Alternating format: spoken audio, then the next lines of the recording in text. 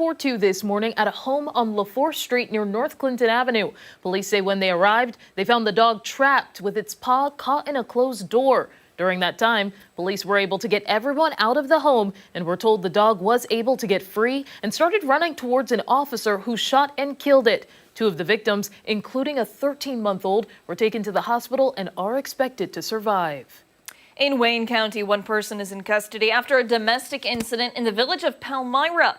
Authorities say just after 8 last night, 27-year-old Scott Dollar got into an altercation with his significant other while under the influence, then allegedly hit a female family member in the face. This all happening at a home on Johnson Street. Investigators say his child was nearby at the time. Before officers arrived, Dollar took off and was later taken into custody just a couple hours later. This was a multi-agency search. Dollar faces several charges, including assault and endangering the welfare of a child. Well, let's get a look at what we have brewing for you the next 2 hours, including our continuing coverage of the Avant-Garde Clue Festival. You might remember yesterday. This morning, we'll be joined by one Brooklyn artist that is pushing sound to the edge of what's possible and creating infinite worlds of sound. Yeah, and then what happens when someone organizes their own funeral while still alive? We're going to talk about how a 74-year-old man in India pulled off an unforgettable spectacle. That's coming up in Trending Now. And later, calling all metal fans, get ready to headbang. Two former members of Megadeth are hitting the stage in Rochester, reuniting for their Kings of Thrash, the Mega Years tour. We'll chat with them about the upcoming show and how they're bringing back the sound that defined a generation of metal. Yeah, lots to get to this morning. Before all of that, a check of our forecast. Today we're going to be seeing a windier day out there, some passing showers at the midway point. Meteorologist Marty Snyder is here with us right now to talk about that. Marty? Yeah, that's it. We're going to see a couple changes play out today. That rain, that tries to build a little closer towards the middle of the day. But otherwise, on either side of it, for the initial part of the day that you can see right there, and even at the end of the day, I think we'll get some sunshine to still try to work in as well. But a lot of sunshine out there now. But there still is one system that's sitting just off to our west. You can see that precipitation that's lifting up through southwestern Ontario, Lake Erie, and even the eastern half of Ohio right now. That will continue to work closer to us and eventually into our area. Likely it's going to scatter out a little bit along that line, that precipitation will, as it does arrive here. So it's not even going to be a steady rain, but at least a few showers are quite likely as we head towards the middle part of the day, even spilling over into the early afternoon. And as that happens, cloud cover, of course, will be on the increase then. Temperatures today, anywhere from 60 to the very lower 60s for highs.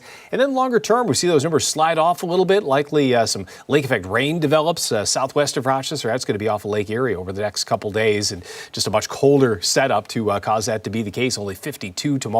50 into Thursday. And as we get closer to the weekend, we quiet things down a little bit. But overall, just a downward trend in temperatures over the next couple days. But at least some sunshine to focus on today, both at the beginning of the day and then later in the day, we'll see the return of some of that. Yeah, love the sunshine. Kind of puts a positive spin on everything, right? That is for sure. Definitely. Always nice to see this time of year. All right, Marty, thank you. Let's go off the top now and start with some things that have piqued our interest this morning. I will start things off today, and it seems that my niche is artificial intelligence, so I've got another AI story for you, this time from Starbucks. Now, the company has been in news recently because they're gearing up for Red Cup Day and the holiday menu next month. For those of you who are curious, the holiday menu returns on November 6th. But we're also learning more details about how the CEO plans to incorporate AI next year. You may remember that Starbucks first announced its Green Dot Assist earlier this year. It was piloted in 35 stores, according to Today.com. Green Dot is meant to help baristas in real time, according to the company. The AI can be used through iPads in stores. Today.com reports that it would be tasked with reminding baristas about how to make drinks and upgrade customer service. So what does that look like? Well, a video from the company literally on the website shows recipes, quick tutorials, and even suggests alternatives or snack pairings with drinks. Another element is troubleshooting. So if there's an issue with a machine, the artificial intelligence would provide a solution faster. Now, it could also submit a request for a technician as well if it's too complicated. This does not mean that the company wants to replace baristas with the tech. The CEO is definitely stepping far away from that. McDonald's did away with much of its front of restaurant staff by introducing kiosks several years ago, so not the case here. Starbucks is going through a major restructuring effort, though, and our area is among several others who have seen some locations close. The Today Show got a response to the AI on behalf of the union from a barista in Buffalo, actually. Jasmine Laley said in part, quote, "It's clear things are only going backward at Starbucks under Nichols' leadership," the new CEO, "with declining sales and brand perception. A fair union contract is critical to the company's turnaround, but Starbucks is instead stonewalling their own baristas over less than one average day's sales." So the company does hope to expand the AI, maybe by incorporating voice ordering and other features. What do you make of restaurants incorporating AI? We've seen it, things go well, but also awry at other chains. For example, that Taco Bell story with the man that ordered 18,000 waters. I don't think I was here for that one. Yeah. So that one is surprising.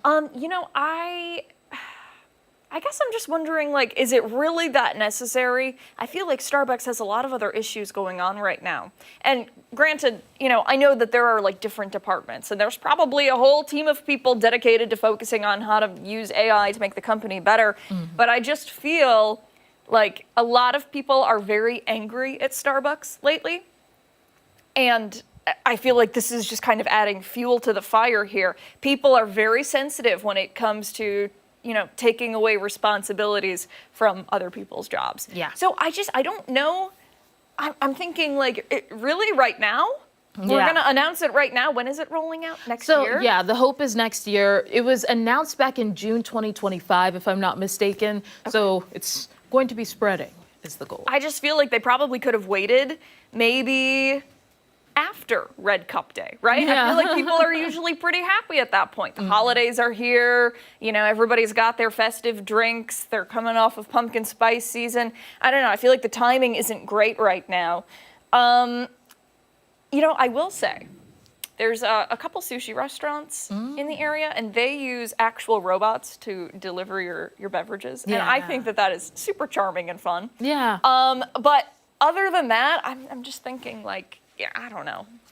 I think the element for me here is just making sure that baristas are not being replaced or that the AI is kind of taking over someone else's job. Because I used to work at McDonald's, and when the kiosks were introduced, we would hate always having to work in the front because you would just direct people to the screens. You would rarely take orders unless someone had cash, but even if you had cash, you could use the kiosk. So I just feel like it kind of takes away some of the responsibility if it is overused. And I know that Starbucks has said, the CEO specifically, that this is a person-centered, human experience is valued there when it comes to Starbucks. So I'm hoping that, everything sticks to their word and there isn't any overhaul. Yeah, for sure. But things also evolve over time, right? So it wouldn't shock me if, 5 years from now, oops, all of a sudden we're changing, we're expanding, we're getting rid of baristas altogether. I'm just saying, I'm a little skeptical. That's all. All right. Sure. We got to move along to Mine Now. People in Portland grabbed their paddles and their pumpkins this weekend for the annual West Coast Giant Pumpkin Regatta. Nothing says fall quite like making your way around a lake in a gigantic gourd. Check it out. It's been a tradition in Oregon for more than 20 years. People flock to the area to see who will take home the prize. This year, a man by the name of Gary Christensen floated to the finish line for the first race. Ready for the holiday season, though, he was dressed as Buddy the Elf. Hopefully we'll see him here, of course, from the Will Ferrell movie Elf. His ride was a 936-pound pumpkin, which amazingly did not sink to the bottom of the lake. He wasn't the only one. You see him right there dressed as Buddy the Elf. He was not the only one dressed in costume. It's actually part of the fun here. Guy Fieri, Elvis, Luigi from Super Mario Brothers, and others could be seen racing at this big event. Some of the participants actually grow their own pumpkins, which I think is super neat. One participant who grew his own pumpkin was interviewed by the Associated Press, and his pumpkin broke a personal record for him, weighing 1,376 pounds. You need a forklift. Oh, literally. It does. Yeah, that's what I thought. It does take a forklift to get the pumpkins into the water. Keep in mind, these are basically like big kayaks. It takes a long time to get all the seeds and all the goop and gunk out so that people have enough room to sit and also take out a lot of that weight. Now, I found this really interesting. Pumpkins are mostly hollow, so they do float, but one wrong move and you could become submerged. It's like a James and the Giant Peach situation. Yes, absolutely. Hey, can we show that video again? Because I was reading and I didn't really get to enjoy the full. I know, it was pretty amazing. I'm surprised. But again, you know, when it comes to that really good like hollowing out job where you're taking out everything, I guess, you know, it makes sense that this is scientifically possible. I have questions. I want to know, first of all, how hard it is to paddle said pumpkin. Yeah. I think costume choice would be a big role in winning. Yeah. Buddy the Elf has nothing, like no sleeves, no capes. It's just like a, you know, nothing weighing him down. straightforward costume. Yeah. And also, how do you decide which pumpkin out of your gigantic pumpkin collection will be the boat for the year? I know. You have to really have good skill with growing because I feel like it's you focus on one. If you're growing a big pumpkin, you're going to focus on the one and you want to do it right. But, yeah. Not everybody grows their own. Some people, you know, buy from other farms that specialize in growing these gigantic pumpkins, like the ones that Mark talks about frequently out there. And is it Batavia? Yeah, out in Batavia. But I just think it's so cool, and I think we should try it next year. Yeah. If we can get our hands, I'm gonna try to grow one next year if we can. Yeah, Mark is saying, I think we should try. We should take it to Lake Ontario, give it a shot, see how far we get. Oh gosh. We'll get you a 400-pounder. A 400-pounder? Okay. Okay. Yeah, I'm feeling good about that. You know, I am decent at kayaking, so I feel like, you know, maybe that would be an advantage here. But again, like the weight of it. Yeah. The last time I went canoeing, I will say, was in 6th grade. And it was like a small type, not like big body of water, very small, Lake Summit. And it was fun. I was a little nervous about tipping over, so I think I just need a bit of practice, but yeah. Could try it out. Our intern Clementine is a great sailor, so maybe she would be able to give us some advice there. I don't know. Yeah. Hey, stick around. Much more to get to this morning on Arc Rochester, including when we come back, we're learning more about a local musician who is starring in an upcoming major motion picture that's being released this week. And don't forget that you can watch us on the go wherever you are. We're streaming live on the 13WIM YouTube channel and foxrochester.com. Arc Rochester returns after this.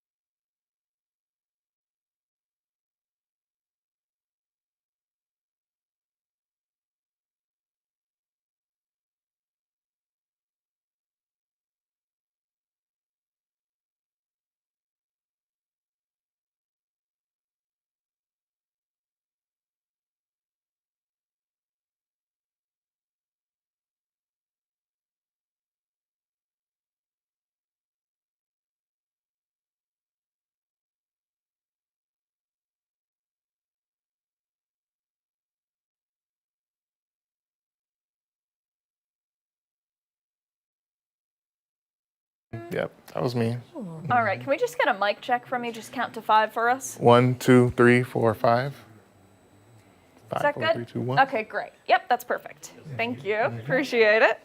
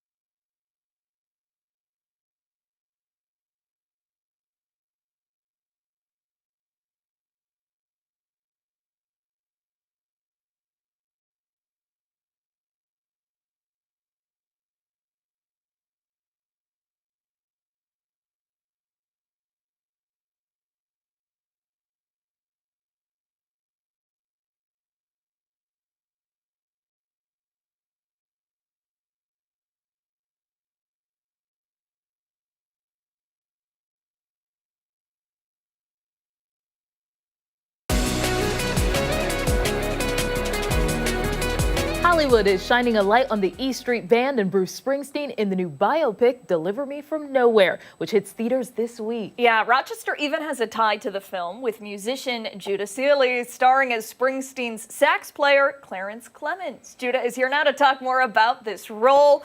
And, we're so excited to have you here. We were joking during the commercial break, a local celebrity. I don't know about celebrity, but I'm honored to be a part of the film. So I want to talk about the film in just a second, but first tell us a little bit about what you do in Rochester.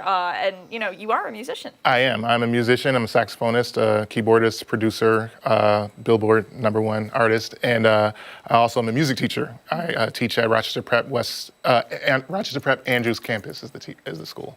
Nice. Yeah. And so how did you first learn about getting into this role? So a year ago, Labor Day last year, I got contacted by a man named Andy Snitzer, who's a famous saxophonist, who was friends with the music contractor of the film, and they were looking to cast the role with an actual musician as opposed to an actor who they had to teach how to pretend to play saxophone. Mm-hmm. And he knew that I had a resemblance because of social media to Clarence Clemons, who was a bigger guy. He was called the Big Man. And he saw footage of me and he recommended me to the music contractor. Her name is Sandy Park. She reached out to me. She said, you should audition for this role. We were auditioning hundreds of people, but we really think that you should try. Mm. And at first I thought it was not real. I questioned the legitimacy of it, but then I auditioned and it was actually very real and I got the part and here we are. So excellent. And what kind of a filming schedule was it like for you? Well, my part was pretty small. So I filmed for about 10 days, 3 days here, 3 days here, like 4 days another day, in December of last year. And then we wrapped in January of this year. So what was it like performing some of the music? You're on set, you gotta basically be on. Yes. So we had the director, Scott Cooper, who also wrote the movie. He made sure all of the musicians, because all the members of the band are actual musicians, and he said, learn each part note for note. So there was no improvising, there was no riffing or doing your own thing. You had to learn the music exactly as it was recorded for realism, so that the concert scenes would look, real. So, yeah. And tell us a little bit about the music in the movie. I think everybody, can relate to it in some way, shape, or form. Even if you're like, I have no idea who that is. People are gonna recognize it. Yes, Bruce is beloved all over the world. Bruce Springsteen, I'm calling him Bruce. Bruce Springsteen is known all over the world, and the music is phenomenal. But the movie tells a very personal story about his battle with some things. I won't spoil the movie, but it's a very personal movie. But the music is highlighted like at the beginning, in the middle, and a little bit at the end. But the music is very powerful. And you were able to see the film. Yes. So what is one thing that you hope viewers take away from it? That, without spoiling the movie, that music is a valuable tool to, sometimes work out your issues, but it's important to have, therapy and a support system. Jeremy Landau, John Landau, who is Bruce's longtime manager, who's played by Jeremy Strong in the movie, they have a very close friendship, and because of that friendship, he was able to kind of fight against the things that he was dealing with internally. Therapy, friendship, and a support system is important to battle mental illness. So, yeah. Yes. And you have seen the movie, which we just talked about. Are you going to go to theaters and see it again? Absolutely. Yeah, you're going to bring your friends and family? I hope so. Hopefully they're available. So, hopefully there are tickets left because it's like a huge movie. So, that's the plan. Very good. And I'm sure that you're going to be an inspiration for all of your students heading back. What would be your advice to them as they're starting out in their musical journey? Practice, and practice some more. Listen and practice. Always listen. And that's how you become great. So. And for you, when did your musical journey begin? Was it when you were in kindergarten, just like the kids you teach? No, my journey started a little bit later when I was in middle school. My uncle actually taught me how to play saxophone, my uncle Ellis Clanton. And then I went to School of the Arts where I graduated 2002. And I started a little bit later. So that's where it started. And I want to know a little bit about behind the scenes of filming. Was there any particular moment, maybe it was funny for you or that was new to you having been in that film space? I wouldn't say, everything was new to me because I've never been a part of a Hollywood film project. The first scene that we shot was a scene well, I won't spoil the movie, but our very first scene, you know, Bruce Springsteen walks in and he's introducing himself to us like he's not the biggest star in the world. You know, he's like, "Hi, I'm Bruce Springsteen." And the very first thing that he said to me was, "It's nice to see the big man again," talking about his friend Clarence, who passed away actually in 2011. And they were brothers, they were the closest friends. And so for him to say that to me was very moving. So That is yeah. moving. Mm-hmm. And when you were getting ready to take on this role after hearing that, was there, you know, a little bit of pressure? Were you feeling like, okay, I've really got to do it justice? Yes, there was a lot. When I was learning the material and trying to embody the character of Clarence, I watched so much footage. And but you know, what was most important to me was to do the friendship of Bruce and Clarence justice, because you know Clarence had a family, and Bruce was on set. So watching how I moved and you know giving some notes and things like that, I just wanted to do it justice. So it was, even though it was a cool experience to be a part of this Hollywood production, it was more important to do justice to the character and his friendship with Bruce. So. And we know that Bruce is played by Jeremy Allen White Yes. in the film. Yes. What was it like bonding with him? Well, he's amazing. First of all, he's super quiet, very chill, and in between scenes, he's like he's focused, because you know it's a dark kind of you know story that is being told, and so he was like in his mode, and I didn't want to bother him, but when I approached him like after filming, when I saw him at the premiere, he was very, very gracious, very humble. And just had this he was inspirational too, because when we were shooting the scenes, he was giving his all every single time. And we did like 30 takes of each scene, and every single time he was giving it his all. So it was inspiring to watch. Very good. Well, inspiring to watch. I'm sure you are an inspiration to so many in our area. And it is being released this week. Yes. This Friday, yes. Very good. Excellent. Well, we're very excited to see the film, and we're happy to have you on the show today. Thank you. Thank you very much. Are you you. going to try for another role in something? Did you get a taste of Hollywood and think? I mean, it was nice to be a part of that world. I'm just a guest in this world. I wouldn't call myself an actor, but it was nice to be part of this world. And if I get another opportunity, then yeah, we'll see. Okay. Very good. Thank you very much, and congratulations again. Thank you. Time right now is 8:24. Much more to get to on Arc Rochester. When we come back, we're going to check in with Chris Lopez. Yeah, he is live this morning going off the rails. Stick around, we're back after this.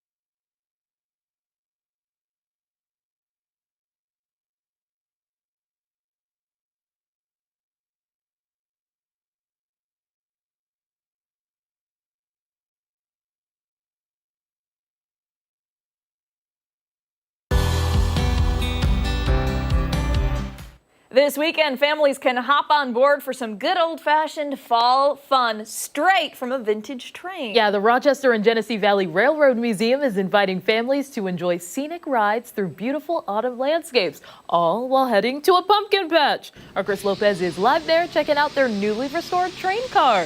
Hey there, Chris. Hey, what's up, guys? Yeah, we're talking about Car 60 this morning, but back to the pumpkin patch train rides. Those Saturday and Sunday start at 10 a.m., go until 3. Here with the president here, Charles Rothbart. Car 60, this is pretty cool. Quite a bit of money is going into this already. You guys still need a little bit more to get this fully functional, but we'll start at the basics. What are you guys looking to do when it comes to the restoration of this? Yeah, so Car 60, which is the last surviving Rochester subway car, basically doing a full rebuild restoration. You can see it's jacked up, it's taken apart. We're starting at the bottom, working our way up. Eventually, we want it to be cosmetically restored to as-built condition. We'll have it open to the public. They can walk through it. They can see what it would have been like to ride this on the Rochester subway. Maybe long-term we'll get it running, but for now we're just trying to get it put back together, get it looking nice, get it stable, and get it open to the public. And you guys got a $10,000 grant recently, but you told me there are a lot of people, different entities coming in here to help you guys to really keep that cost low. What are some of those people doing? Yeah, so the biggest thing was the roof on this car is a sheet metal roof, and the local sheet metal workers union came out, donated their time, had some apprentices come in and put that on for us. In addition, we are a 100% volunteer organization. So, you know, everything else that's been done has been done by our volunteers, and that obviously helps a lot. And the Rochester Area Community Foundation's grant of $10,000 will help us get a lot done on this. And, you know, we're looking for more support and more help as we go forward. But it's great to have that support. It validates what we're doing and that it's something that people care about. Looking forward to getting more progress and getting the car back together.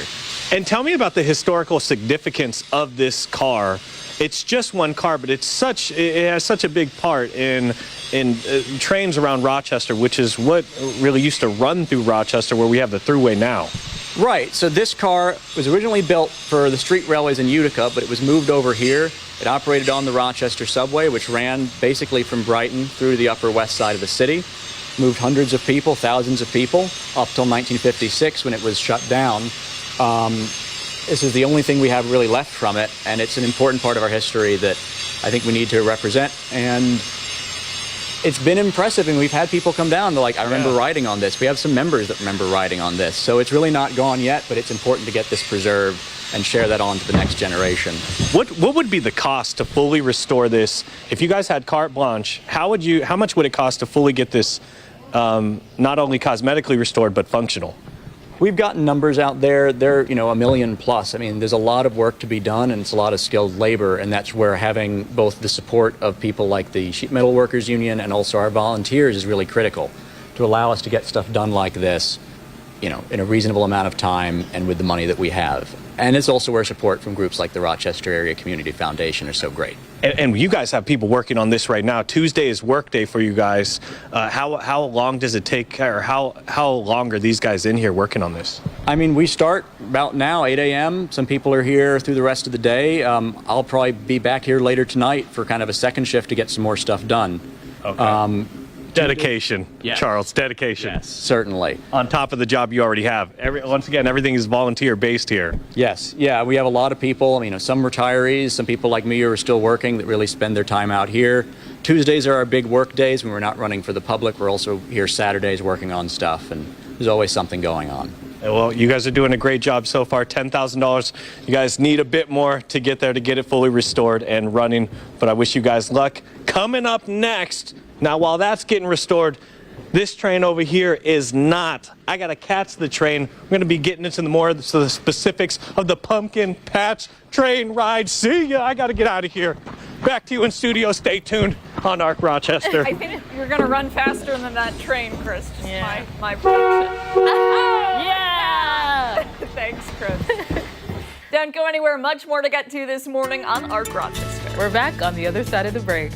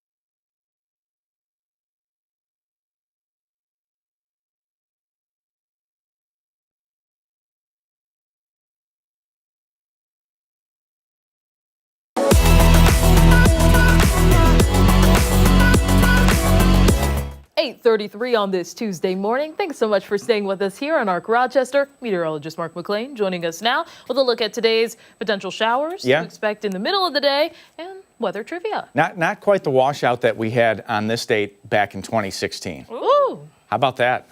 9 years, weather memory gets a little foggy even after a year. So 9 years ago. Oh, wow. How about you, Rochester? Gross. This is October 21st, 2016. Put down a record for the date. What was it? Was it? Yeah. Rain, Oh, is that rain. the question? Yeah. Wait. Yeah. Okay, can I ask, were we in a drought at that point too? I don't believe we were. Okay. I don't believe we were at that point. But it's nice to see rain again. I mean, the daily episodes of it this time of the year can test you a little bit, right? Yeah. It starts to go that direction pretty quickly. But that's our trivia. You see that steady rain coming down. You don't want to see something like that on the 31st, right? We're going to chase that rain out of here for the 31st. But weather trivia today, do you remember? I mean, it was October 21st, 2016.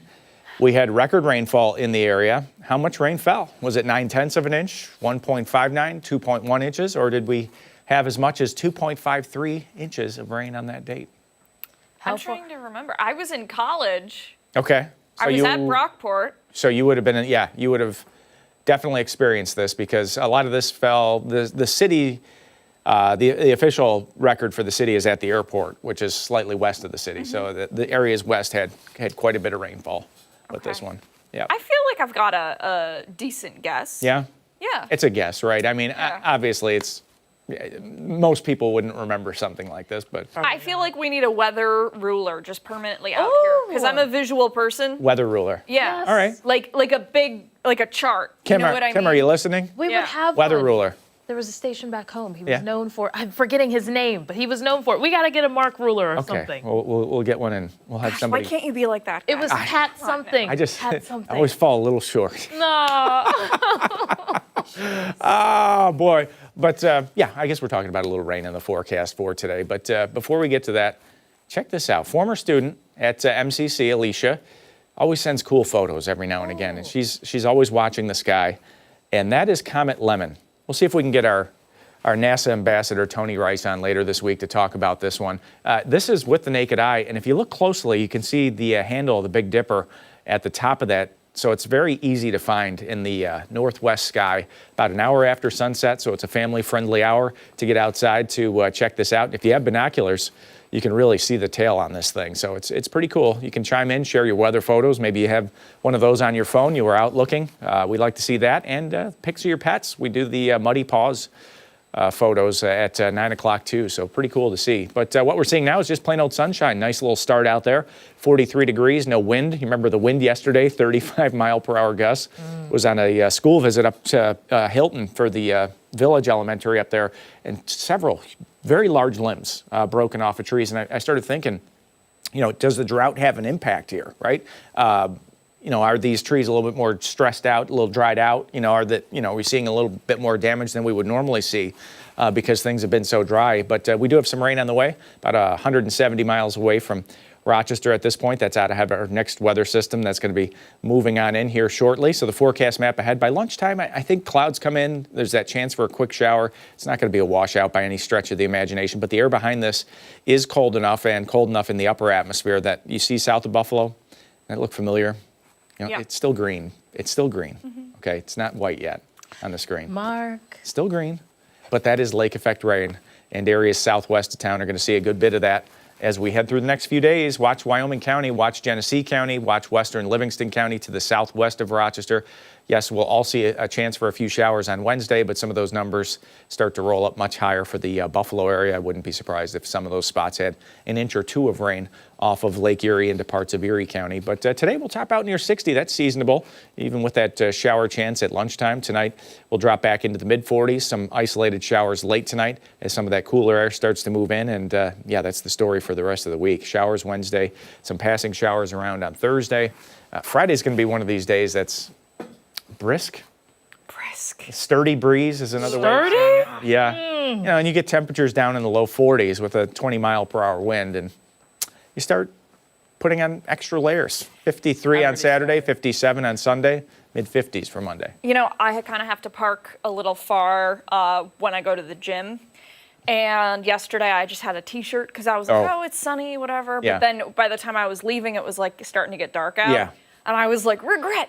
And I Yeah. like had to run to the car. Did not enjoy it. It's No. getting to be that time of year. You can't. It is. You can't forget the sweatshirt. That's it. That's it. I had an extra layer on for the walk yesterday. The breeze was had a sturdiness to it. Yeah. Just You didn't bring in my trash cans. I didn't. No. The That was- pumpkins look good though. Thank you. Yes. Yeah. Yeah. So you have time to look at the pumpkins, but not time to bring in the trash can. It's all right. much hard work. It's fine, Mark. It's all good. Yeah. No worries.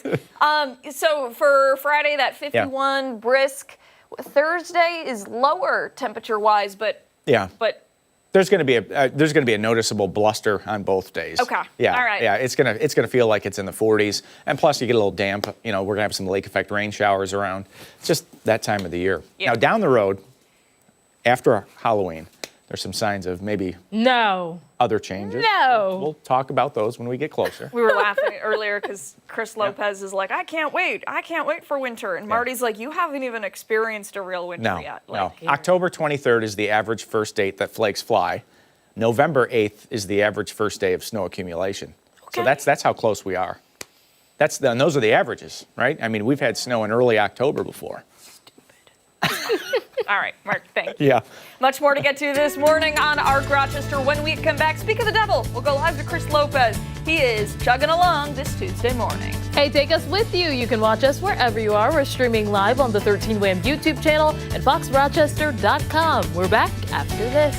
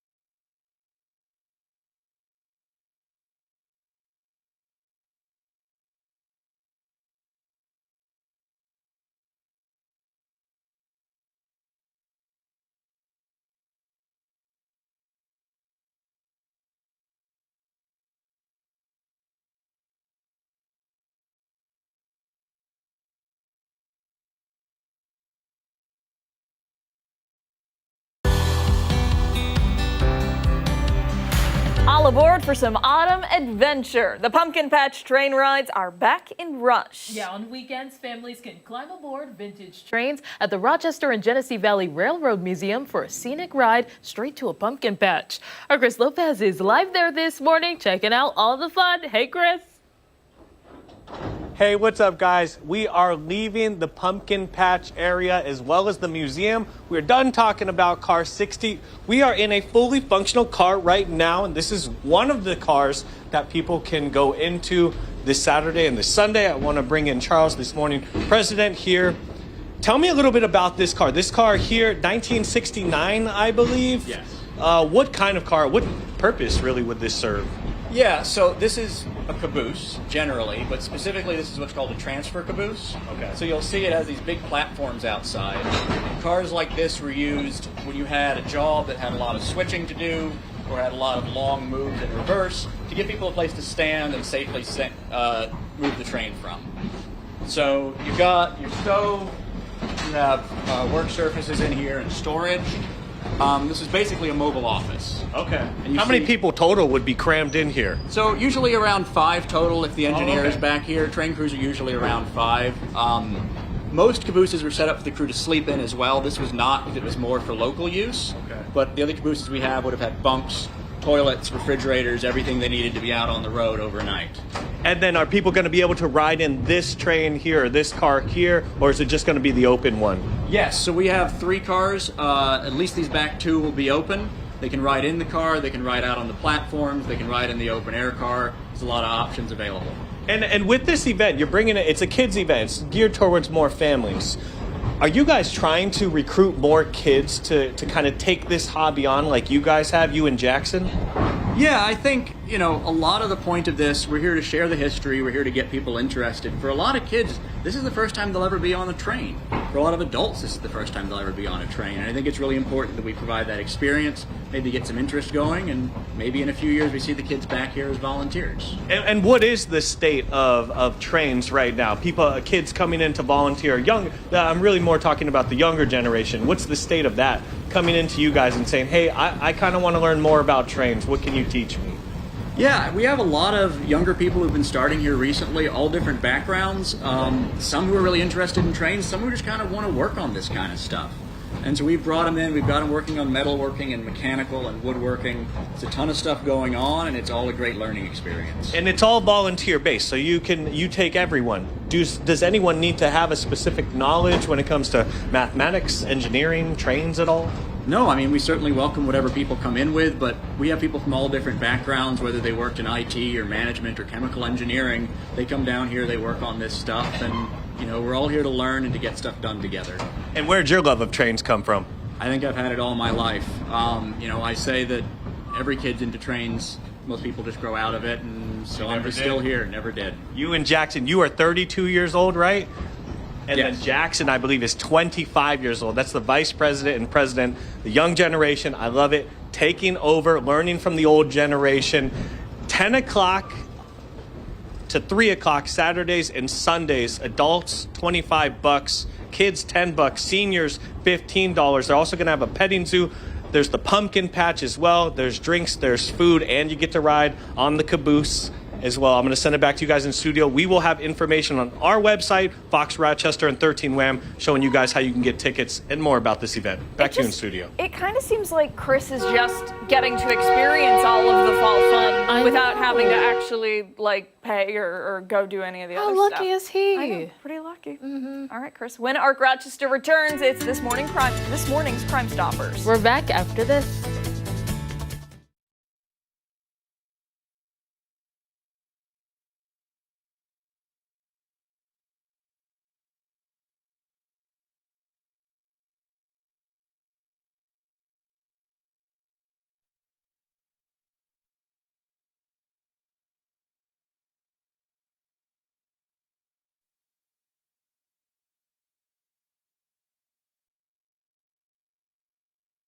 Yeah, of course.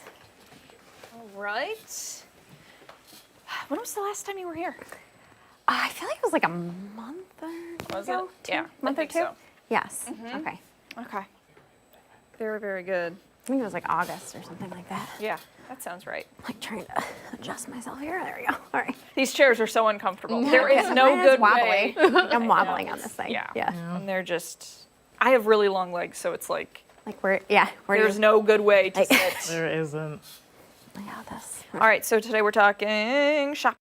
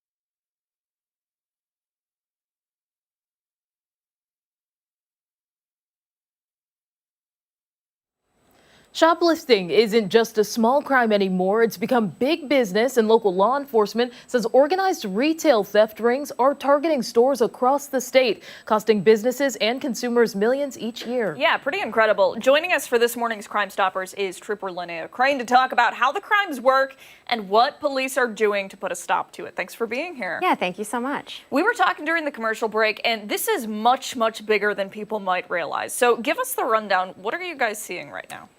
So this is organized. This is not just someone going into a Dollar General and stealing one item. These are large groups of people that are going into retail stores, and they're taking anything from power tools to handbags, and then they're reselling those items at a discounted price.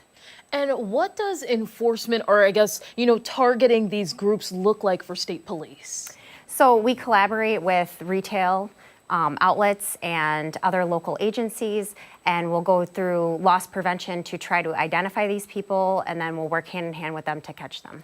And where are the items being sold later on? Is it eBay? Is it, out of the back of somebody's car? So usually it's online. They've got so brazen as to use like Amazon. Amazon does have policies in place to try to stop this from happening. If the deal is too good to be true, usually it's too good to be true. Interesting. And with these organized theft rings, is it typically they're operating out of multiple places within a close vicinity? Yes, that can definitely happen. It's not a victimless crime, though. People think, oh, they're just organized, they're taking things off the shelf, and it doesn't affect the everyday American, when in fact it really does. It's costing an average household of around $500 a year because the loss that the companies have, they're passing it on to the consumers. Okay, tell us more about that. So you think, okay, they're just taking some power tools, but then they're selling them at that discounted price. Well, the retailers have that loss, and they have to make up for it someplace. So usually it's passed on with higher prices to the consumers. Interesting. It is interesting, especially because you're thinking about big box retailers. I know a big story that we did a couple months ago was in Ontario County, for example, in Ulta Beauty. Are you seeing, and are you seeing specifically with those locations that has been kind of like a prime spot for retail theft? Yes, absolutely. Home Depot, TJ Maxx, Ulta Beauty, even Target. I mean, there's multiple retailers that are having this issue. This loss affects everyone. It's not just the retailers because they're passing it on to the consumers. I think in a lot of the videos that we're showing here, it's very dramatic. They're smashing the display cases and they're running out. Is it like that typically, or is it a little more subtle? Discreet? Discreet. Yes. So larger baggy clothing, empty large bags, people will walk in. You may have a car on the lookout in the parking lot, maybe parked idling on the phone with someone that's inside the store. They'll grab multiple things and multiple items. We ask people that see this that they don't intervene because this can become very dangerous or violent, and we don't want anything to happen to them. But if you call 911, or you can also contact us at Crime Tip at troopers.ny.gov.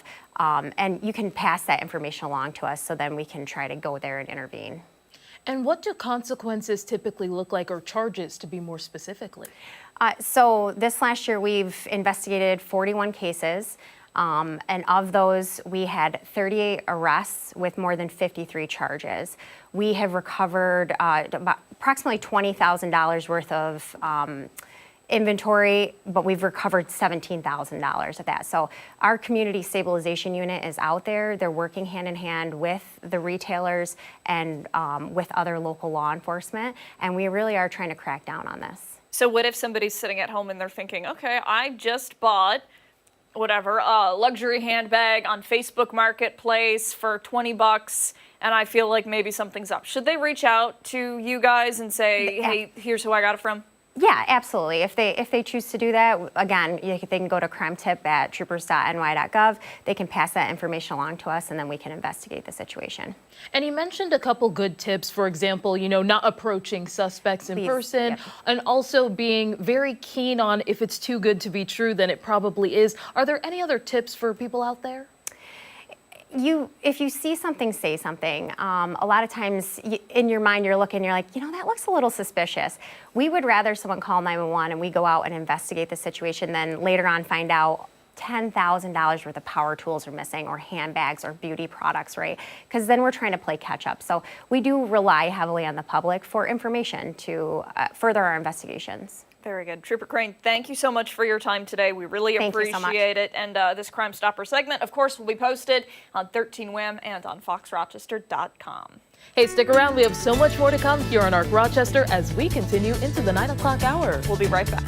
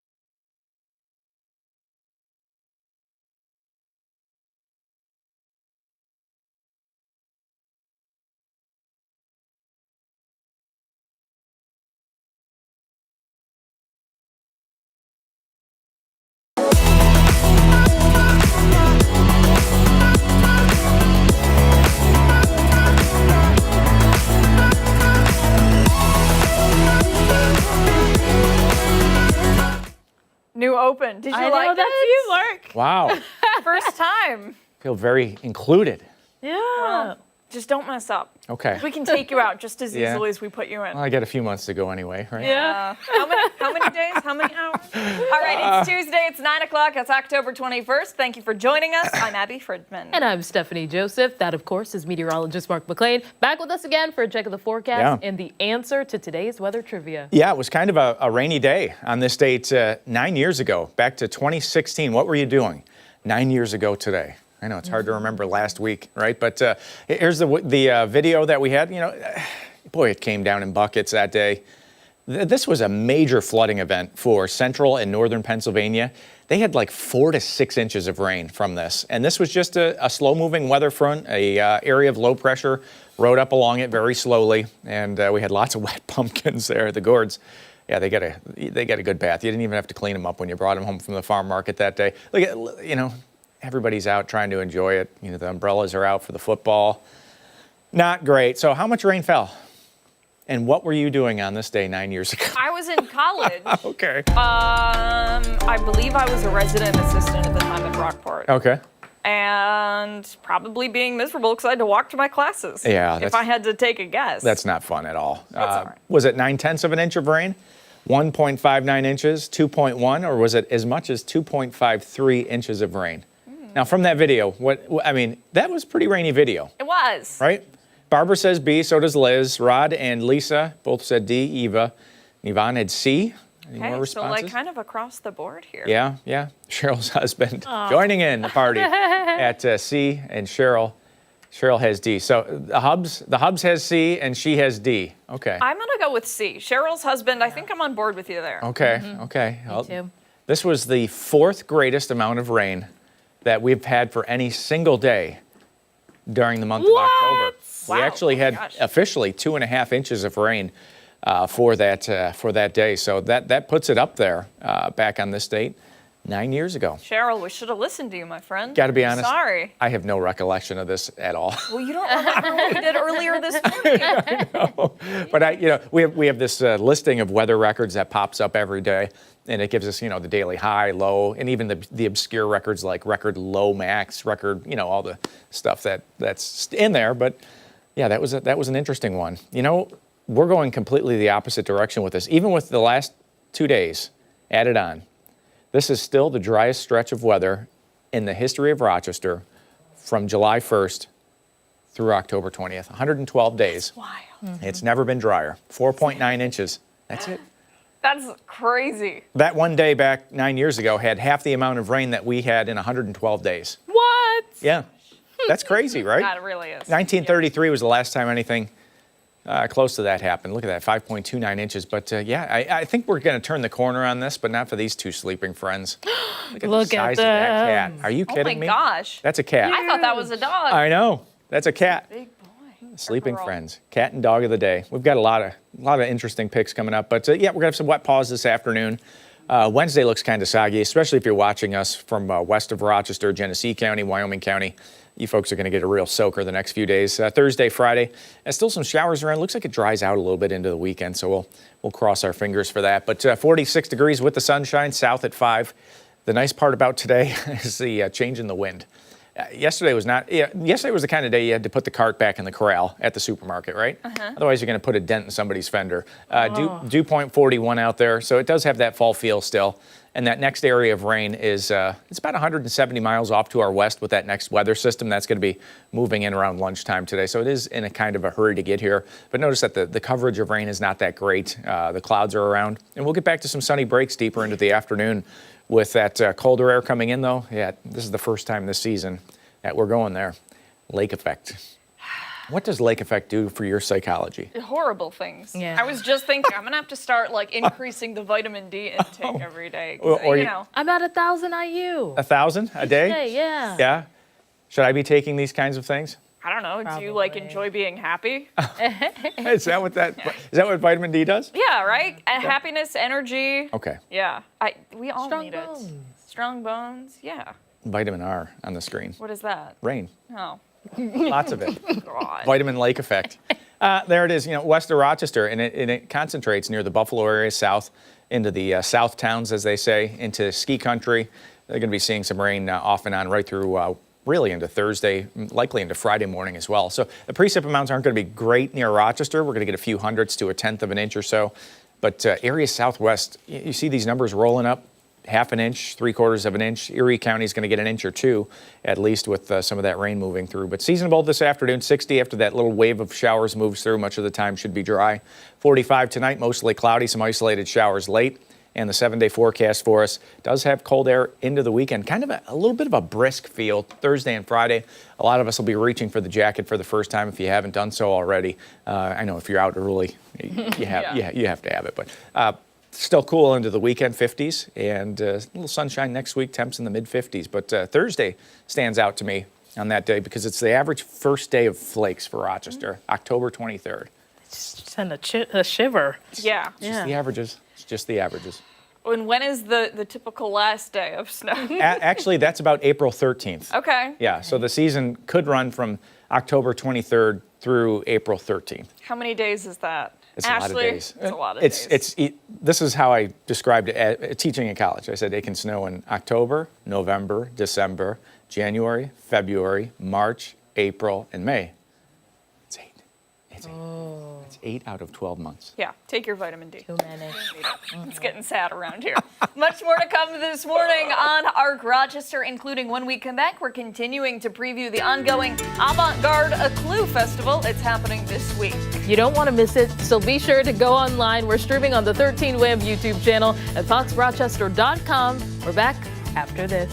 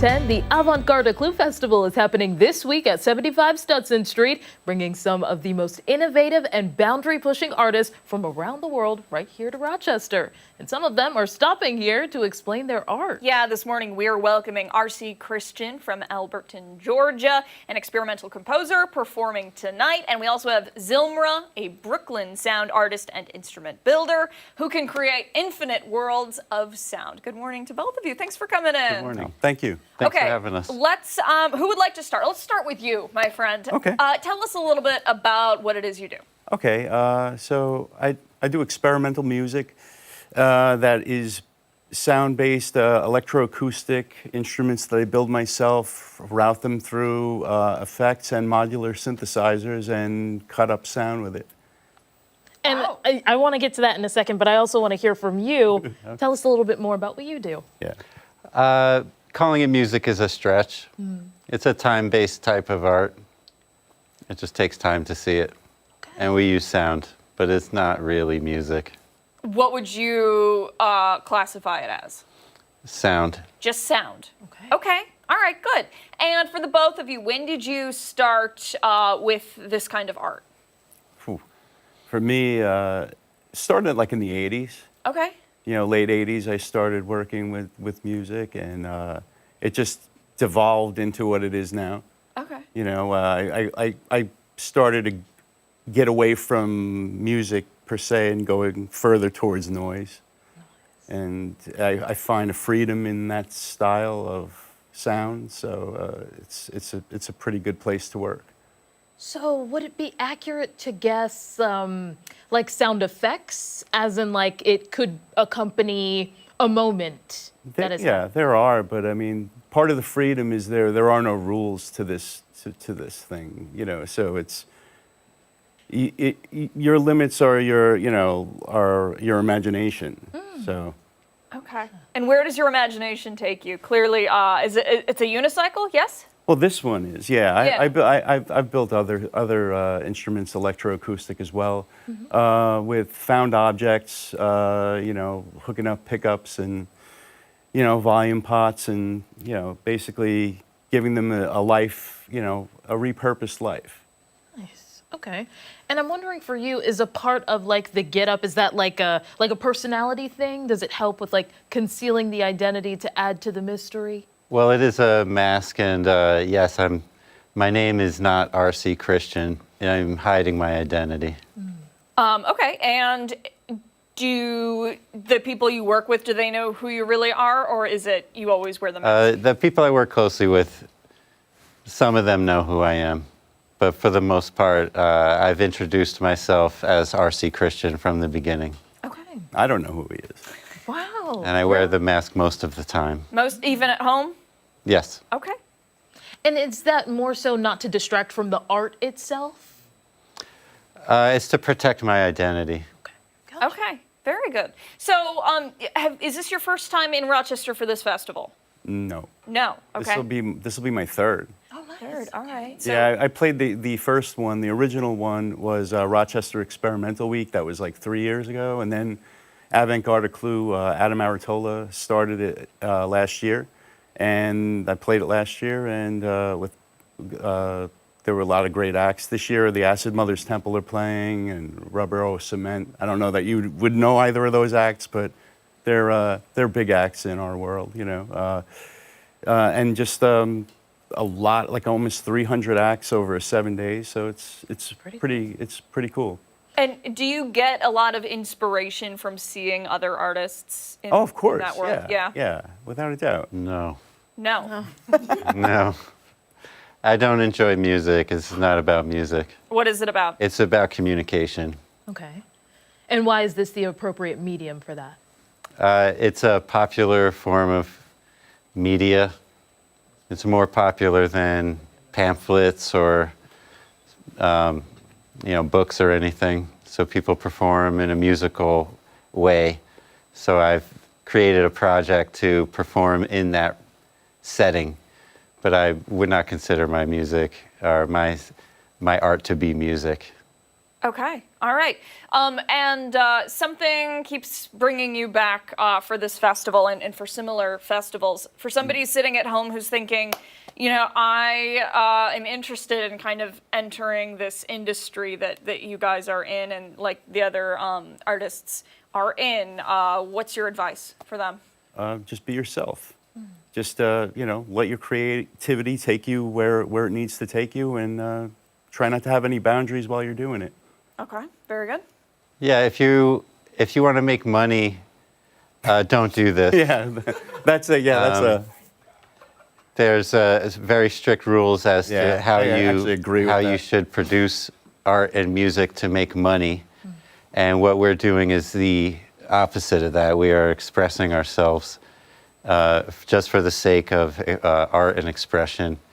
Money has nothing to do with I would what we're gladly doing. take money though if people were offering to pay me to do it. Obviously, I'm not repelling money. You know. So you just do this because you're passionate about it? I love doing it. Yeah, Yeah. Yes. yeah. But it is nice to get paid and appreciated for what you do. So I would say, yeah, sure, pay me. What else do you do with the rest of your time? I'm an engineer. An engineer. Nice. Yeah. Okay, I probably that could have makes guessed that. Yeah. And do you care to share, or are you saying To that's- protect my identity, I should not divulge any information about my personal life. I gotcha. Okay. Well, thank you both so Oh. much for your time. We appreciate it. If somebody's you. interested in seeing your show, when are you guys performing? Well, Today, Today? today, tonight, yeah, tomorrow. Acid Mothers are playing this evening, and we're following that. Yeah. But you can come anytime around 4. And it So for starts- the it rest goes of the into day, the- it's into free. the evening. Because like I said, and as our promoter, Adam, understands, we're not in this for the money. So you can come anytime between 4 and about midnight, and there will be something weird happening at any hour. Okay. All right. Thank you both for your time. We appreciate it. Thank you for having us. Thank you. Hey, don't go far because when we come back, we're heading into the kitchen. We're back after this.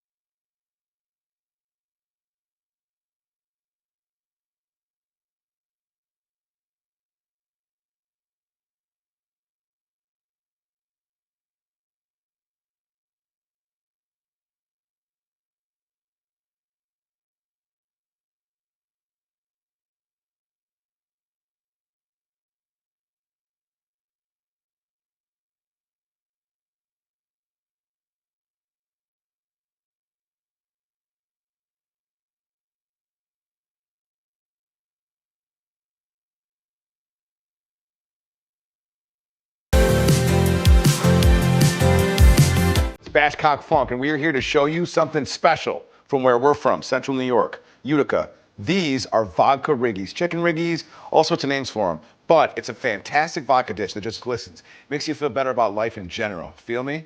So there's some killer ingredients, the key ingredients. The first one is the vodka. We use Tito's because it's our favorite vodka. We're power users of it. It's clean, fresh. It's just where it's at. The next killer ingredient, of course, are cherry peppers. Hot cherry peppers though, and we're only gonna use 2 diced with no seeds because they get pretty hot, but it's a killer ingredient to the dish. Also, tomato paste, but not any regular tomato paste. This tomato paste is double concentrated, y'all, and it comes in this dope looking tube too. Now, we've got our pot heated up. We already cooked some chicken sausage in there, so it's this nice brown color, and we're putting that aside. We're gonna serve that later. We're gonna put in 2 tablespoons of a really good extra virgin olive oil. From there, we're gonna put in about 4 slices, 1/4 pound of prosciutto. You wanna get some of that fat released and rendered in here, and we're gonna take that off too. Now that we've rendered all the fat out, as much as we could about the prosciutto, we're gonna put that aside. Next, we're adding in 1 finely diced white onion. We're gonna add in 2 of our finely diced, seeded, hot cherry peppers, but you can go more and add seeds if you wanna get hotter, but this will be pretty warm. Then we're gonna add in 1/4 cup of a diced, fire roasted red pepper. We're gonna add in a clove or 2. We're using chopped up roasted garlic, but you could use regular garlic too. 5 chopped up fresh basil leaves. Make sure it all gets in there. The basil adds a nice little sweet level of flavor.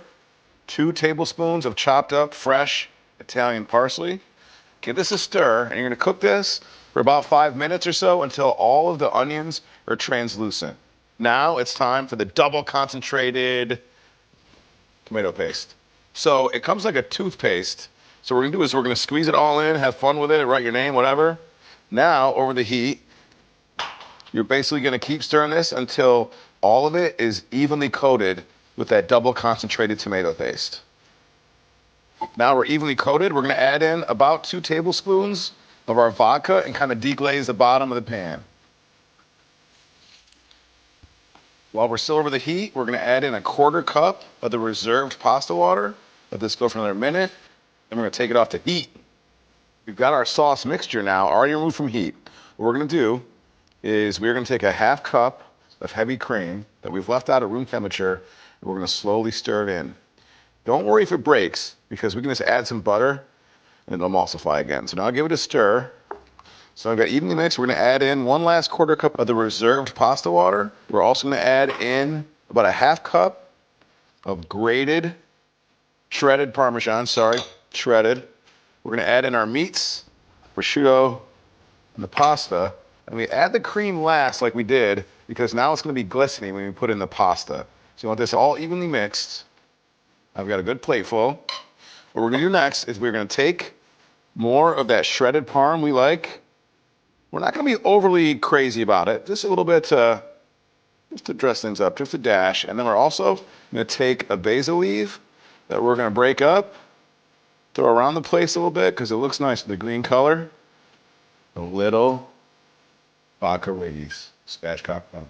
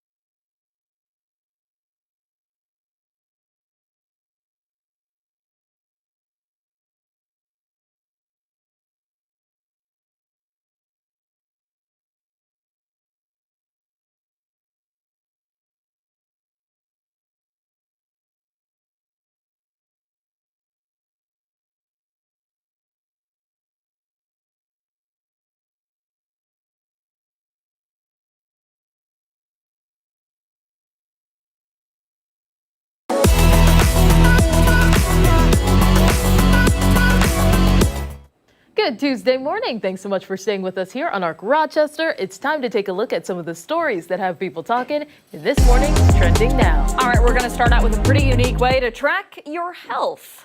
The kitchen and bathroom company, Kohler, has introduced a new health and wellness brand featuring a new item called the Dakota. Okay, so I saw this and just wanted to die. The $599 product is a small camera that latches onto a toilet to track excretions. And secretions? Secretions? Secretions? You forgot the E. It's okay. And secretions. Photos are taken and analyzed to detect any blood and give users a status update on their gut health and hydration. You know, I would actually like something like this. Stuff. I would. There's got to be a better way. No, I don't like a camera. Well, that's the option. And there's a subscription fee of between $70 and $156 per year. It depends on the plan. You actually have to choose. Great. When it comes time for users to use the restroom, they simply scan their fingerprint on the device and it knows who is using the facilities. Yeah, then they need to do their business, check the app, because of course there's an app, and it'll give you a health analysis. Kohler says it secures data and notes that the camera uses discrete optics. Their words, looking only at the results, not body parts. Okay, you know what? People can hack into other people's cell phones. You know, it's just nasty. Yeah. Go to a doctor. I would just, sometimes, you know, you just want to know and keep track. If there's a way to, you know, turn off the camera, as in like on my Echo, I could just slide the camera function back and forth to cover it. Stuff. That would be great. You know, a button. I'd hate to put the fingerprint on the actual, because it gets a little dirty around. A little. Yeah. It's a breeding ground. That's a nightmare. Yeah. That is like, There's got to be a better way. there has to be. I like the idea of helping, you know, check some things. And $600 for this little thing, and then you have to pay a fee to get your results. It's too expensive, for sure, for sure. That is insane behavior. And like also just go to a doctor. Yeah. You know, if you're really that worried, like It might actually save you more money. Go into the doctor. Yes, probably. All right, moving on now to a man in India who had a severe case of FOMO, which is fear of missing out. A 74-year-old man stunned his family and friends when he left his village, faked his own death, and staged a full funeral. His reasoning? He wanted to see who would show up to say their final farewells. You know, this kind of reminds me of, without giving it away, but I am Sherlock. If you've ever seen the series with Benedict Cumberbatch, you guys know. But so he allegedly asked his neighbors to help out with the prank. The fake funeral was complete with decorations, mournful songs, and even a ritual ceremony. People gathered to say their genuine goodbyes. Some people were crying, as you do at a funeral. Yeah, and as they were carrying the coffin towards the crematorium and preparing the final rites, the man sat up and surprised those in attendance. People were upset, obviously. So he quickly tried to explain his reasoning behind the stunt and said he just wanted to see all the affection and all the love that he would get and also have a chance to experience it while he was still alive. Yeah, Sherlock didn't do this. Now, the man expressed that he hoped to remind others that love and respect for the living matter more than mourning the dead. This is messed up. Who gets up and, This is actually messed up. Yeah. There's something wrong with the brain here. I think, you know, like therapy perhaps would be appropriate here. Can you always imagine if it's like your friend? It's me, Steph. I'm gone. You're at my funeral. You're sad. Yeah. You're saying goodbye. You probably already put a post on social media, put together a nice video talking about how great it was working with me and blah, blah, blah, blah, blah. And then I'm like, psych, Steph, you'd never speak to me again. I wouldn't. I'm a very forgiving person. It's a curse and a virtue, but more so a curse. So I would forgive you. I would be like understanding, but I would be like, are you serious right now? You'd be understanding? I would be, because you have to be. I don't know. With this trending, I'm a little bit controversial today, I feel like, you know? But I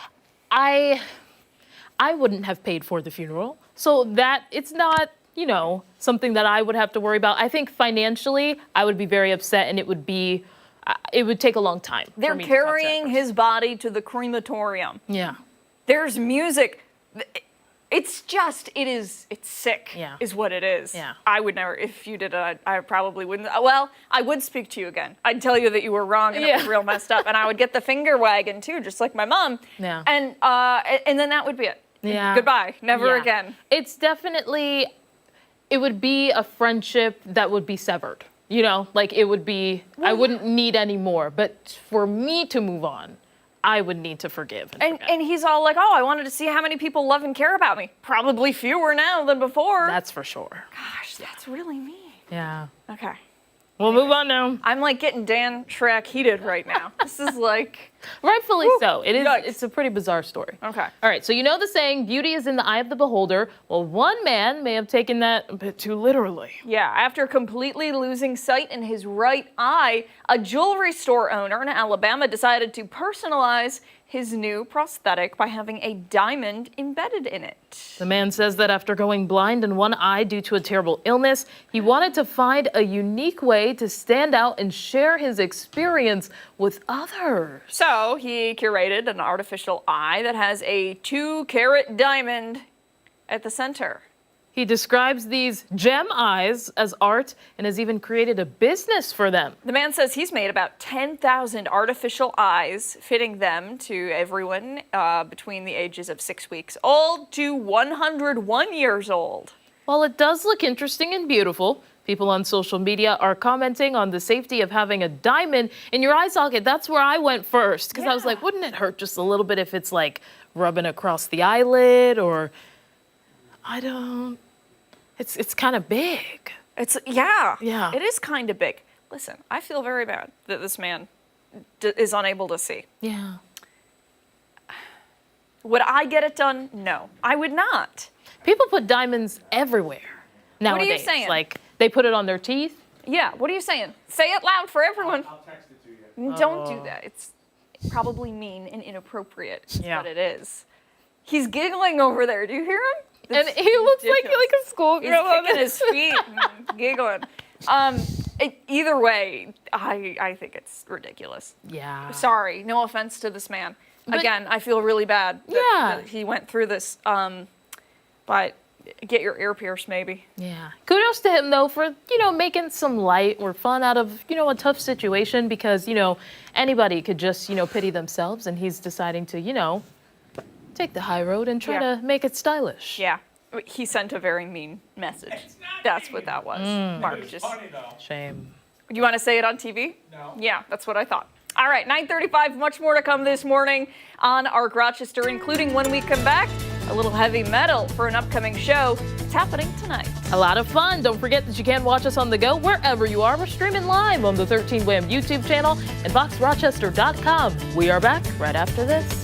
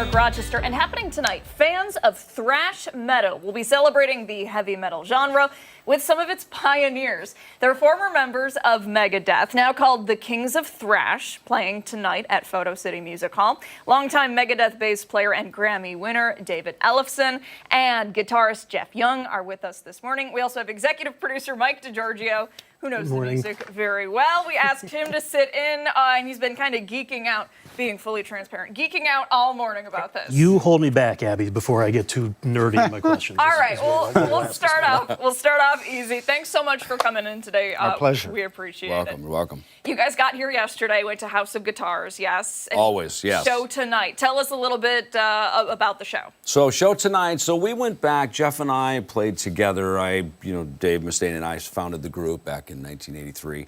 So I've been through Rochester a few times over the years, and Jeff and I were in the group together in 1987 and 88, and came through the area with Ronnie James Dio, and Jeff has been through here himself after that. So the whole point of Kings of Thrash is to go back and celebrate the earliest years of the Megadeth catalog, stuff from the, when we started touring through this area back in the 80s and the early 90s. So, our genre dubbed thrash metal by an English journalist. So that's what we do. We celebrate that and play a few covers. Our friend Ace Frehley just passed away from Kiss, so we do a little honorarium for him, and just fun things like that. That's what I wanted to ask. For people who don't know, if you know a Megadeth song, Dave Ellefson is on it, by the way. He's on all the hits, absolutely. Yeah. Jeff did the one album with you, So Far, So Good, So What. Indeed.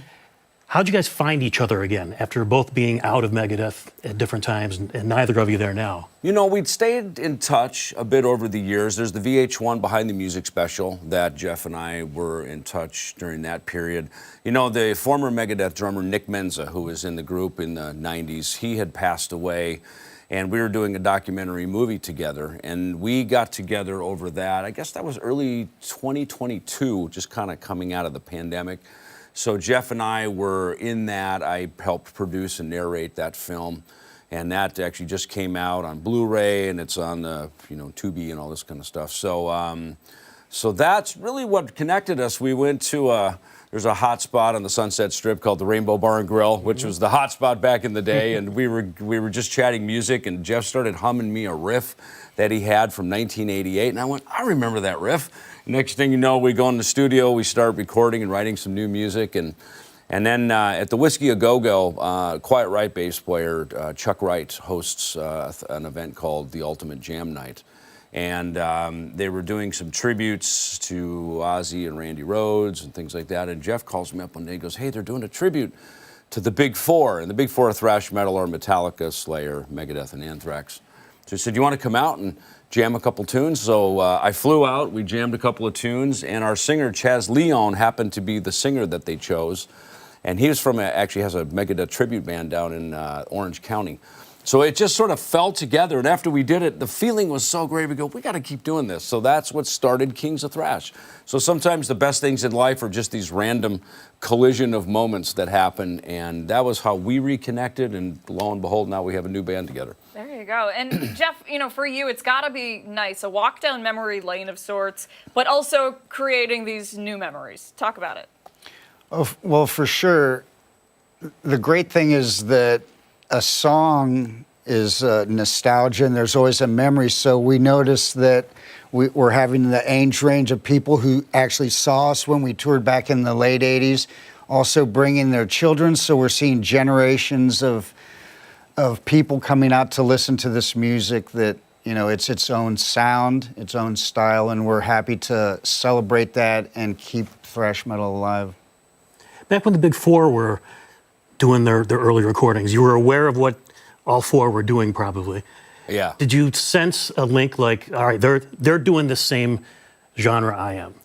Well, I had a bit of a leg up because I had met Dave Mustaine about 6 weeks after he was out of Metallica. Ironically, Metallica was right here in your backyard recording their debut album, Kill 'Em All. I was going to ask if you knew that. Yes, of course. Oh, 100%. And a very interesting moment when that album showed up at the house me and Dave were living at, and we listened to that record because Dave wrote a handful of songs on that record. And that started our journey. And, you know, I think what happened with Megadeth is I thought Dave had really progressed musically beyond even what he was doing in Metallica. Just kind of progressive style of music, you know, and it's still thrash metal. And really, quite honestly, our songs were much slower. And one day a fan wrote a letter and said, "Hey, Dave, I hope your new band's faster than Metallica." Because being faster was like your sort of sign of strength, you know? So next day we go to rehearsal that night and all of our songs sped up, you know, like double speed, you know, and then that helped create the thrash genre, quite honestly. So we were very closely connected. Dave, of course, knew the Anthrax guys because he was back here in the East Coast, you know, before he left Metallica. So yeah, there's always this. Slayer were our backyard neighbors in Los Angeles. So we all knew each other, know each other. We've all remained friends over the years. Very good. All right, so the show's tonight, 6:30, Photo City Music Hall. You know, we're going to talk about ticketing information coming up because you guys are sticking around for another interview with us here in just a couple seconds. But, you know, any advice for young musicians out there, you know, looking at this interview and thinking, man, that could be me? I'd say for sure start by learning to read music and find a great teacher in your town. That's what I did when I started playing guitar. I found a classical guitar teacher. I was really influenced by Van Halen and Randy Rhoads and Steve Howe from Yes, and all these players were incorporating classical guitar. So I started there and reading music. And I think, you know, just continuous learning and always educating yourself, even if you learn just a little something each day. Very good. And how about for you? Well, you can be famous on YouTube and not even have a band these days, you know. So that's the other way to do it, or get a good TikTok channel. Yep, that is a big one these days. All right, don't go anywhere. Our interview continues coming up on the other side of the break. We'll be right back.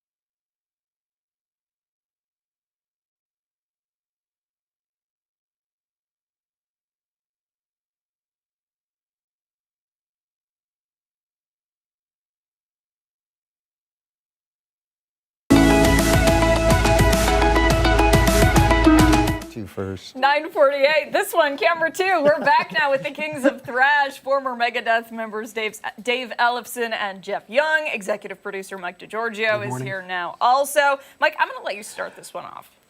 In the day, thrash was the heaviest thing we'd ever heard, for sure. Yeah. How do you perceive heavy metal these days, which some of this stuff, the good news, my kid's a metalhead. The bad news, some of it I just cannot take. It reaches these screaming levels. How are you perceiving new metal these days? Yeah, that's exactly what it is. I remember when we were on tour with Ronnie James Dio, who is an icon. This was 1988. Talking with him one day on tour, about how the next generation comes up. And our thrash metal was really heavy compared to what he was doing. You know, then the masked bands come out, Slipknot, these guys, you know, then there's Mudvayne and all this stuff. So that gets heavier and heavier. I think, you know, look, rock and roll has always been about pushing the limit, starting with Elvis. That's just the nature of what it's supposed to be.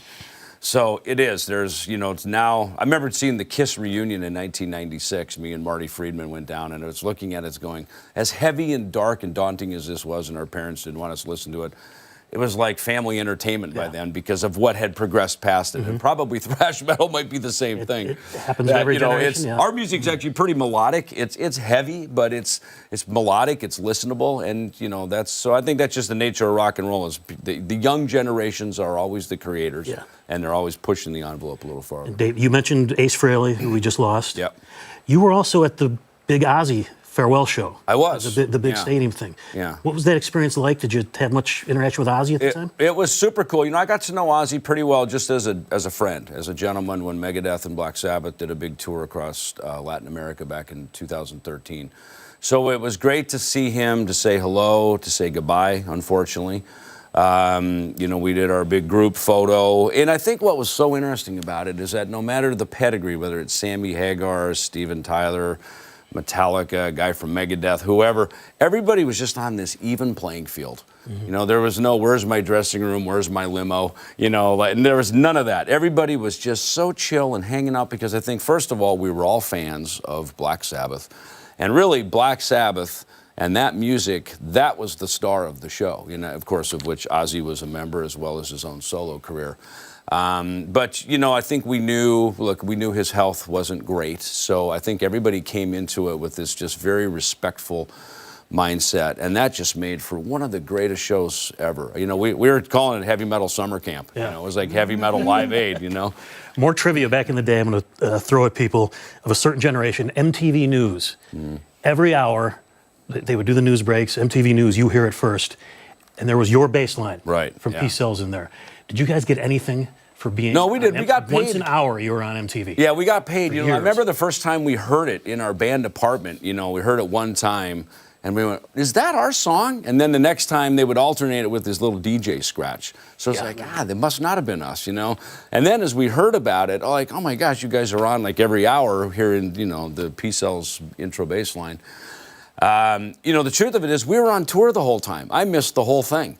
So I didn't even, you know, it's not like you're sitting around celebrating, hey, there we are again, you know. It's like we're out working and doing our thing, you know. So, you know, I got one funny story. I met the Goo Goo Dolls guys some years back, and, you know, we came through here with Megadeth and King Diamond. It was right before the Peace Sells album came out, and we played the Penny Arcade. And John and Robbie, they were so excited to tell me. They said, we couldn't believe it. We went to the show as fans, and we ended up running the follow spot, the spotlight for King Diamond during the show. So, you know, tomorrow's star, you know, all of a sudden working in the business, you know, just coming as a fan and being a part of it all. And obviously they've had their huge success as well. So, real quick, favorite Megadeth song that you guys did together? I like Mary Jane. You probably stole that one from me. I was going to say that one. I love that song.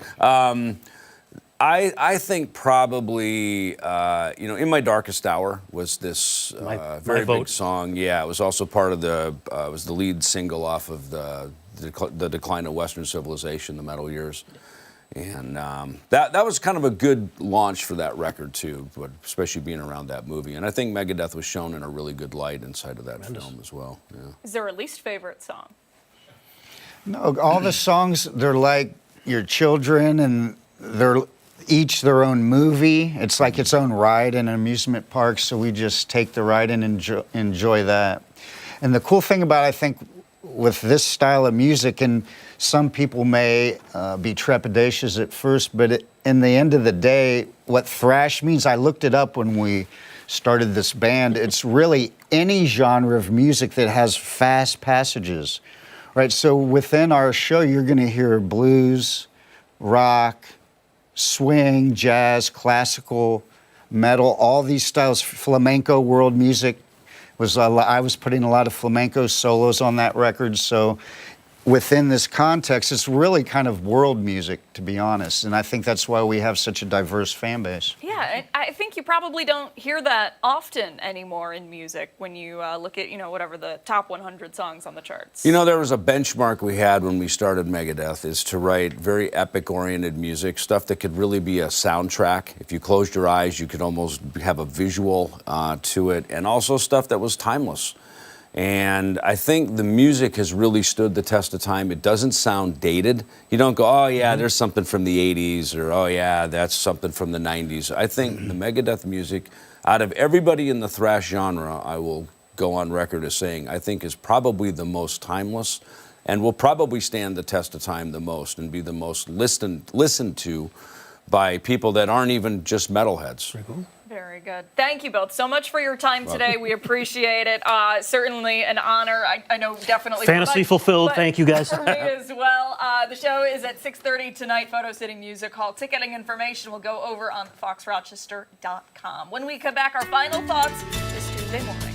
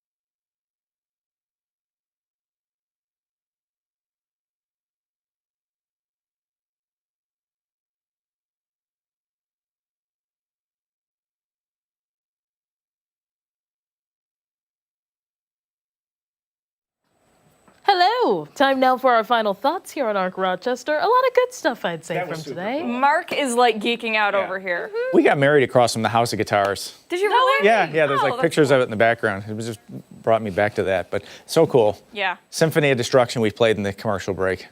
Definitely a highlight of the show, for sure. Yeah. That does it for us this morning on Arc Rochester. Make sure to wake up with us again tomorrow morning. Starting at 4:57, we're on 13 WEM ABC. We've also got much more live local news coming up later with me and Mark for 13 WEM News at midday. I'll see you then. Have a great day.